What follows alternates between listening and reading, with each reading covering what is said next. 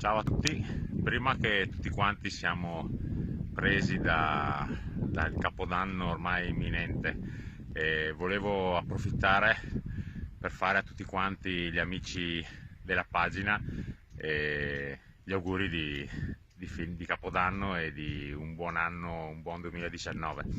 Sinceramente mai avrei pensato di fare gli auguri di Capodanno e maneghette curte e braghe curte anche, visto il periodo che teoricamente doveva essere un periodo freddo, ma a quanto pare non è così. Quindi vabbè, a parte questo, cosa dire, il 2018 è stato un anno veramente importante per la pagina perché, come tutti sapete, abbiamo superato i 50.000 amici, un traguardo che, come ho già detto, mai mi sarei aspettato. È stato un anno anche ricco di tante polemiche, non le sane polemiche che c'erano state gli anni scorsi tra caldofili e freddofili, che mi fa sempre morire da ridere. Io ogni tanto anche che metto il carico giusto così per infervorare un po' gli animi.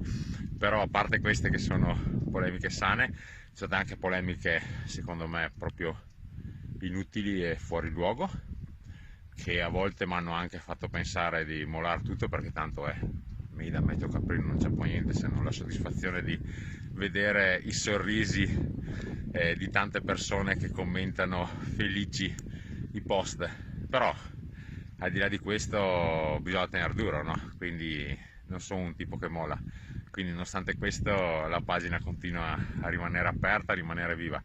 E per il 2019 mi auguro di arrivare a 60.000, chissà se grafemo.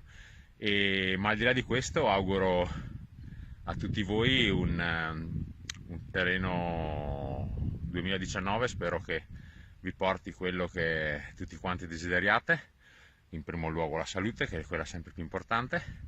E io, al di là di ringraziare tutti voi, ringrazio tutta la mia famiglia, mia moglie Rossella, i miei figli Jacopo, Emma e Camilla, mia mamma, perché se no mi dice sempre che non la ringrazio mai, ma quella non la ringrazio mai perché ella la sa che vuoi bene. E ringrazio mio papà che da lassù mi dà sempre una mano a tenere duro e andare avanti. Niente, dai, vi auguro ancora una volta buon anno e a presto. Ciao, un bacio, ciao ciao.